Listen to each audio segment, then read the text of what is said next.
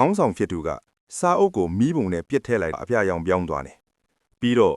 မီးဖိုထဲကနေရဲနီနီနဲ့တန်ဖနက်တစုံကိုထုတ်ပြီးမိန်းကလေးတယောက်ရဲ့ခြေတော်နာကိုချလိုက်တယ်ဒါဟာဖျားသခင်ရဲ့ပြစ်ဒဏ်ပဲလို့သူကသွေးနဲ့ပြောနေချိန်မှာမိန်းကလေးရဲ့အသေးခွဲတဲ့ညီကပဲ့တင်ထက်နေပေမယ့်ဘယ်သူမှမကယ်ရဲကြပါဘူးအဲ့ဒီနေ့မှာပဲဒီကိုင်းထဲမှာကလေးတယောက်မွေးဖွားခဲ့တယ်မိခင်တဲ့သူကသွေးတွေအလွန်အမင်းထွက်နေလို့ဆရာဝန်ခေါ်ဖို့တောင်းဆိုကြပေမယ့်ခေါင်းဆောင်ကတော့မိန်းမတွေကသူတို့ဘာသာပြန်ကောင်းလာလိမ့်မယ်ဆရာဝန်ခေါ်တာဟာဖျားသခင်ကိုတစ္ဆာဖောက်တာပဲလို့အမိန့်ထုတ်လိုက်တယ်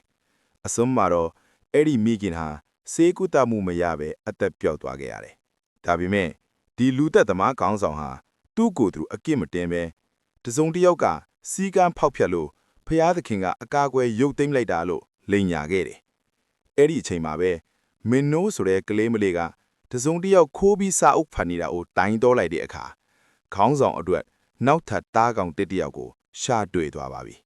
မင်းနိုးတိုင်လိုက်တဲ့သူကဘယ်သူဖြစ်မလဲဒီငရဲတွင်းကနေသူတို့လွတ်မြောက်နိုင်ပါမလားနောက်ထပ်ဘာဖြစ်မလဲသိချင်ရင်တော့ follow လုပ်ထားကြအောင်နော်